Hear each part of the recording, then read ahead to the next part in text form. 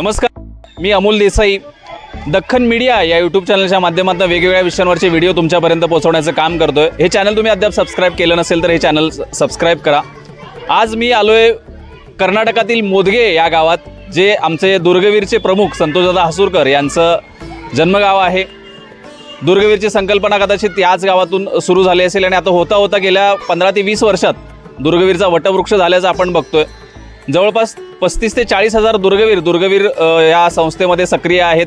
50पेक्षा जास्त गडांवरती संस्थेचं गड संवर्धनाचं कार्य सुरू असतं. गडाच्या आसपास जी खेडी आहेत, वस्त्या आहेत, तिथल्या लोकांना किंवा विद्यार्थ्यांना शालेय उपयोगी वस्तू असतील, लोकांना गरजेच्या वस्तू वाटण्यात देखील आपली संस्था अग्रेसर आहे. आणि याच मोहिमेच्या माध्यमातून आज मोदगे येथील शाळेमध्ये जवळपास 250 बॅगांचं वाटप या ठिकाणी केलं जात आहे. आणि सांगायला अतिशय आनंद होतोय, कालच जे आपल्या लोकसभेचे अध्यक्ष आहेत ओम बिर्ला यांच्या हस्ते संतोषदादा हसूरकर यांचा सन्मान झालेला आहे. मंगलप्रभात लोढा जे मिनिस्टर आहेत तेही त्या ठिकाणी उपस्थित होते. तर खरोखर मोदगे गावासाठी ही कौतुक किंवा अभिमानाची गोष्ट आहे की तुमच्या गावातल्या सुपुत्राचा सन्मान होतो. आणि आज त्याच संतोषदादांच्या माध्यमातून, दुर्गवीरच्या माध्यमातून किंवा सेवा सहयोग यांच्या माध्यमातून या ठिकाणी बॅग आणि इतर साहित्यांचं वाटप होणार आहे. माझ्यासोबत आहेत दळवी सर, जे या ठिकाणचे मुख्याध्यापक आहेत. तर आपण त्यांचं मनोगत जाणून घेऊया.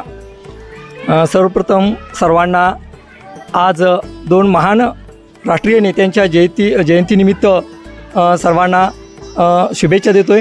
त्याचबरोबर खरोखर आमच्या गावचे सुपुत्र श्रीयुत संतोष अण्णा हसूरकर यांच्या माध्यमातून गेली 20 वर्ष आपल्या आजूबाजूच्या जिल्ह्यांच्या बरोबरच संपूर्ण महाराष्ट्र व कर्नाटक राज्यामध्ये अनेक आपले दूरवीरचे मावळे यांनी सामावून घेतलेले आहेत.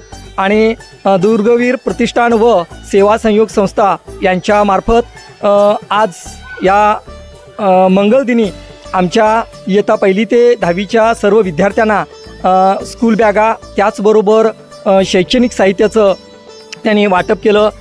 त्याबद्दल मी सर्व शाळांच्या वतीनं त्यांचं हार्दिक आभार व्यक्त करतो. त्याचबरोबर इथून पुढे समाज उपयोगी, त्याचबरोबर विद्यार्थ्यांना लागणारं काही शैक्षणिक साहित्य हवं असेल तर आम्ही जरूर त्यांच्याकडं आपण मागणी करू. त्याचबरोबर आमच्यातले जे काही युवा वर्ग वगैरे आहेत त्यांनी स्वइच्छेनं आपल्या दुर्गवीर प्रतिष्ठानामध्ये विनामोबदला सहकार्य करण्यासाठी आम्ही प्रोत्साहन करू. त्यांना समाविष्ट करून घ्यावं अशी मी त्यांना विनंती करतो. धन्यवाद सर. यापुढेही अशा पद्धतीचं काहीही संस्थेकडनं जर सहकार्य लागलं तर नक्की तुम्ही आम्हाला आवाज द्या. कारण आमच्या संस्थेचं ब्रीदवाक्यच आहेच, सेवेच्या ठाई तत्पर. जिथं सेवा करण्याची आम्हाला संधी मिळते तिथं आम्ही तत्पर असतो. आणि असे तत्पर असणारे आमचे कोल्हापूर जिल्ह्याचे दुर्गवीर प्रमुख आहेत संदीप गावडे. तर आपण त्यांच्याशी जरा गप्पा मारूया. संदीपजी, दुर्गवीरच्या माध्यमातून कोल्हापूर जिल्ह्यात आपण अशा पद्धतीचे किती उपक्रम केले आणि काय काय त्याच्या माध्यमातून केलं?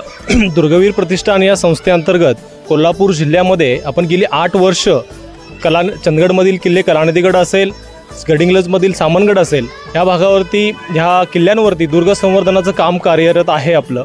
त्यासोबतच इतर सामाजिक जे कार्य आहे, जसं की आज जसा मोदग्यामध्ये हा उपक्रम पार पडला स्कूल किट वाटपचा, तसाच आपण गेल्या 8 वर्षापासून चंदगड असेल, गडिंग्लज असेल, आजरा असेल, ह्या विविध भागामध्ये जे धनगरवाडे असतील, ह्या भागांमध्ये दप्तर वाटप असेल, दिवाळीमध्ये फराळ वाटप असेल, अशा बऱ्याच उपक्रम आपण गेली 8 वर्ष राबवत आहोत. सोबतच सांस्कृतिक कार्यक्रम, येणारा दसरा आहे, उद्याचा जो दसरा आपण किल्ले सामनगडावरती मोठ्या उत्साहाने साजरा करतो. तसेच पुढे गुढीपाडवा सण आहे. गुढीपाडवा सणसुद्धा आपण आधी तोरण गडाला आणि मग आपल्या घराला, अशी जी छत्रपती शिवरायांची जी प्रेरणा आहे किंवा छत्रपती शिवाजी महाराजांची जी संस्कृती आहे, ही संस्कृती आपण या दुर्गवीर प्रतिष्ठान या संस्थेच्या मार्फत लोकांपर्यंत पोहोचवणे असेल आणि ती जपणे असेल, हे सर्व कार्य आपण या दुर्गवीर प्रतिष्ठानच्या अंतर्गत पूर्ण महाराष्ट्रासह विविध भागामध्ये आणि कर्नाटक सीमाभाग यामध्ये आपण ते राबवत असतो. दुर्गवीरच्या माध्यमातून मी काही कार्यक्रम बघितले. लॅपटॉपचं आपण वाटप केलं, बॅगचं वाटप केलं. तर किती संख्येमध्ये वाटप केलं ते?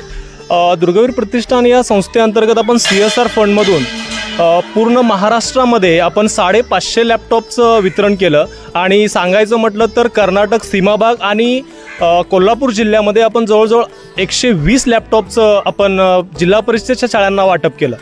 आणि बॅग आज जो आपण कार्यक्रम बघितला तर अशा पद्धतीचे किती कार्यक्रम झाले आणि त्याच्या माध्यमातून किती आपण शालेय साहित्य म्हणा किंवा बॅगेचं वाटप केलं?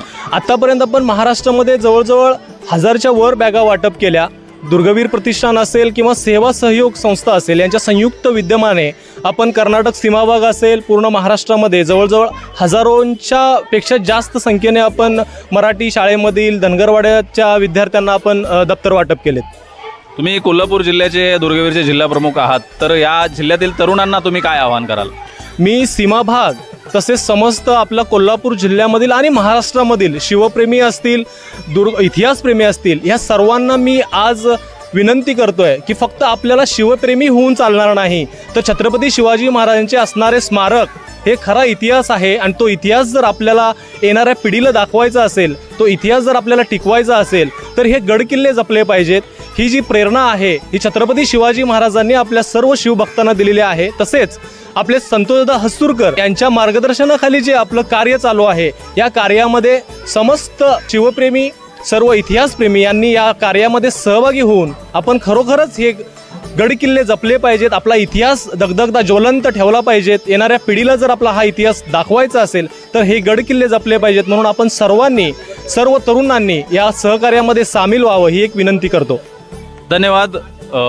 आणि पुन्हा एकदा तुम्हाला सर्वांना विनंती आहे, ज्या छत्रपती शिवाजी महाराजांच्यामुळे आपण हा दिवस बघतोय आणि त्यांच्या इतिहासाचे साक्षीदार असणारे हे गडकिल्ले किंवा मंदिरं, तर तो इतिहास आपणच जपायला पाहिजेत. कारण पुढच्या पिढीला जर तो इतिहास दाखवायचा असेल तर ती स्मारकं टिकून राहणं गरजेचं आहे.